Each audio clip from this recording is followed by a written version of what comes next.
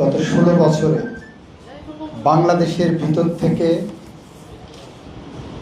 93 billion dollar লুটপাট হয়ে বিদেশে পাচার হয়েছে বলে তথ্য এসেছে।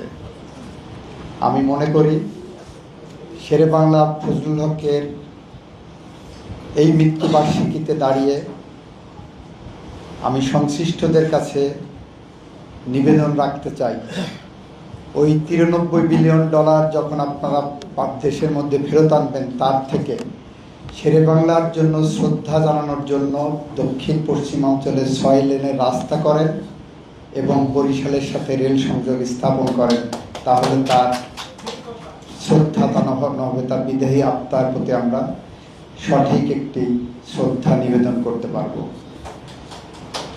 সুতরাং 93 বিলিয়ন ডলার 16 বছরে লুটপাট করে পাচার করে 93 বিলিয়ন ডলার মানে আমাদের প্রায় 16 বছরের বাজেটের সমান। এতগুলো টাকা লুটপাট করে নিয়ে গেছেন। আজকের এই বাংলাদেশে দাঁড়িয়ে আমরা শেরেবাংলার মতো নেতৃত্বের খোঁজ করছি, কারণ একদিকে মাফিয়া, একদিকে অলিগার্কি, একদিকে 93 বিলিয়ন ডলার পাচারকারী শক্তি, অন্যদিকে বাংলাদেশের সাধারণ মানুষ শিক্ষার অধিকার, কর্মের অধিকার, খাবারের অধিকার, খাদ্যের অধিকার, স্বাস্থ্যের অধিকার, বাসস্থানের অধিকারের জন্য ভুগছে। সর্বোপরি বিগত 16 বছরে বাংলাদেশের মানুষের যে বেসিক একটা অধিকার চর্চা করতেন, যে তোমার আমার ভালো লাগলো না, আমি তোমাকে পরিবর্তন করতে চাই, এই যে ভোটাধিকার, সেই ভোটাধিকার থেকেও 16 বছর মানুষকে বঞ্চিত করে রাখা হয়েছে, যেটা শেরেবাংলা ফজলুল হকের আদর্শের পরিপন্থী। আজকে আপনারা এখানে যারা আছেন, উপস্থিত আছেন,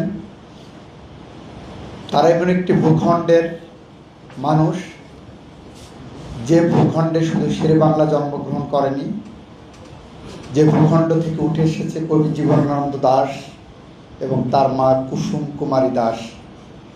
এই ভূখণ্ডে জন্ম নিয়েছেন অশ্বিনী কুমার দত্ত, এখানে সুফিয়া কামালের জন্ম হয়েছে, এখানে আরজালি মাতব্বরদের মতো বিদগ্ধ জনেরা এসেছে, এখানে কামিনী রায়, সর্দার ফজলুল করিম, আলতাফ মাহমুদ, মেজর জলিল, যিনি বাংলাদেশকে স্বাধীনতা উপহার দিয়ে গেছেন, এখানে আবু জাফর উবাইদুল্লাহ এসেছেন, এখানে আব্দুল গাফফার চৌধুরী এসেছেন, এখানে আব্দুর রহমান বিশ্বাস, যিনি বাংলাদেশের রাষ্ট্রপতি হয়েছেন বরিশাল থেকে, এখানে হুমায়ুন কবির হিরুর মতো প্রথিতযশা রাজনীতিবিদের জন্ম হয়েছে, এখানে বাংলাদেশের স্বৈরাচারের পতন ঘটিয়ে